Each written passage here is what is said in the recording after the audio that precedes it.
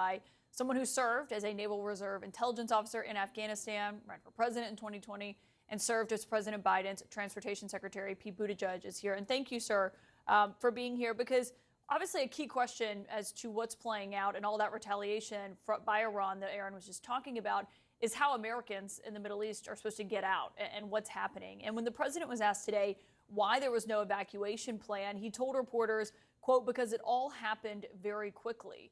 I wonder what you think stranded Americans make of that answer.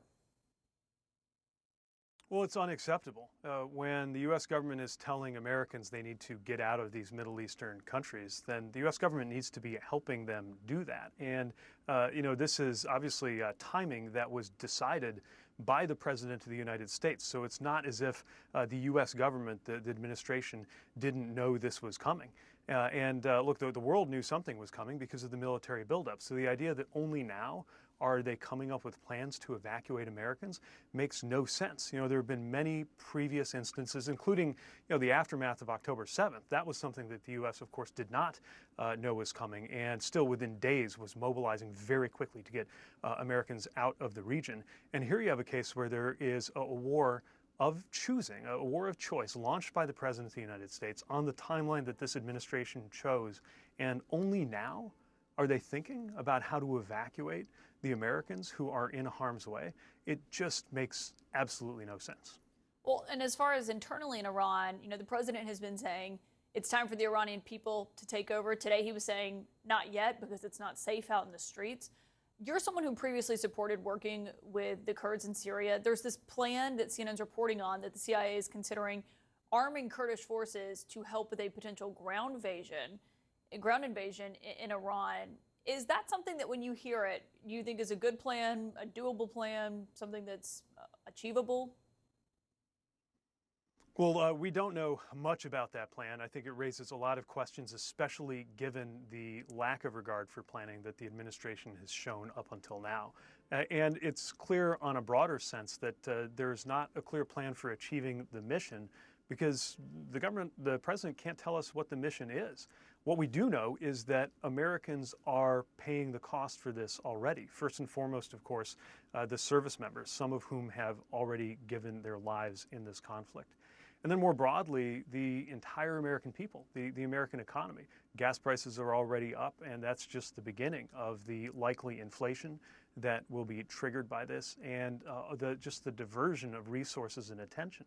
I happen to be in eastern Pennsylvania right now. I was talking with local officials describing the impact of the effect here in this region when funding for Meals on Wheels was being cut, funding for aids in classrooms being cut by an administration that says that we can't afford that.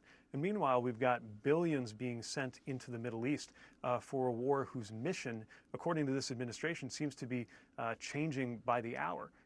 This gives me very little confidence that they can plan anything at all.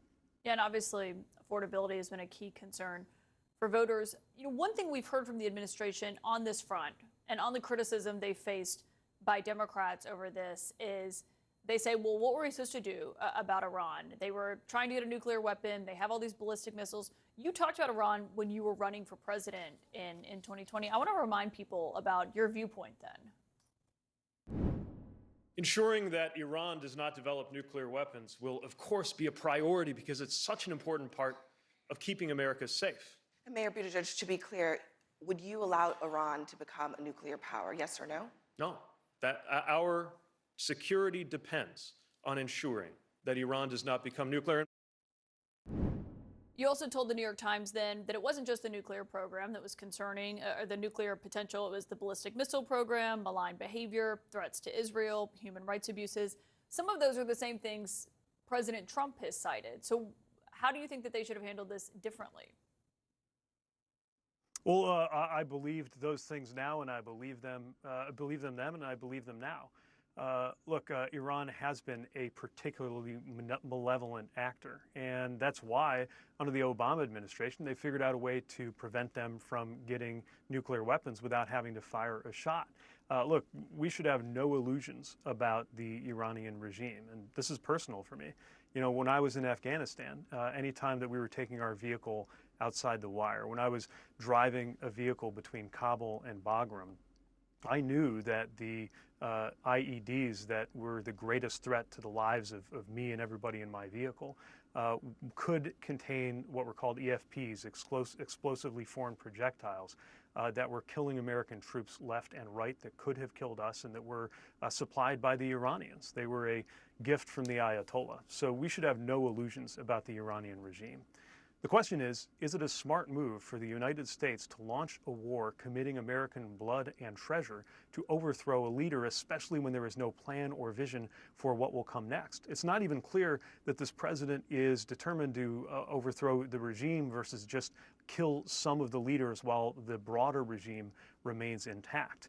There are other ways to keep America safe, and what we have learned, frankly, the hard way in my lifetime, is launching a reckless, chosen war when that is not your only option can unleash chaos that makes Americans even less safe. Can I also get your take on, as we're following that and what's happening in the Middle East, and I mean, huge questions about what comes next. We're also following, what's happening here politically at home. You talked about speaking with voters today and what the midterms are going to look like. It's a key concern for everyone here in Washington. We're watching the results come in Texas, where Democrats have not won a statewide race, as you know, since 1994. Do you think that your party can break that 32-year drought? I certainly think that it's possible. I have been in so many areas that lean conservative, that are more open to the message that Democrats are bringing, not because everybody's suddenly moved to the left, but because they see that this president has broken all of the promises that he made to his own base.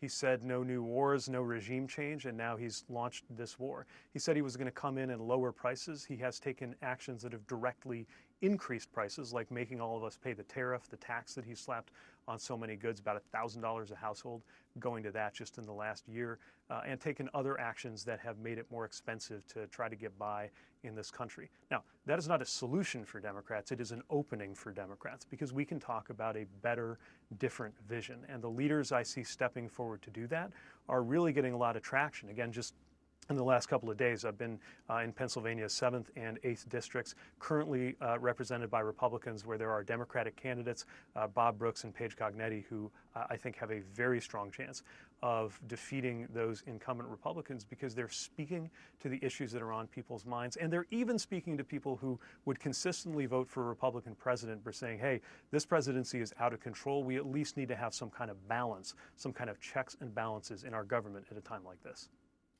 Pete Buttigieg, we'll see what the voters in Texas decide tonight. Thank you for joining us tonight. I really appreciate your time on both of these fronts. Thank you. Appreciate it.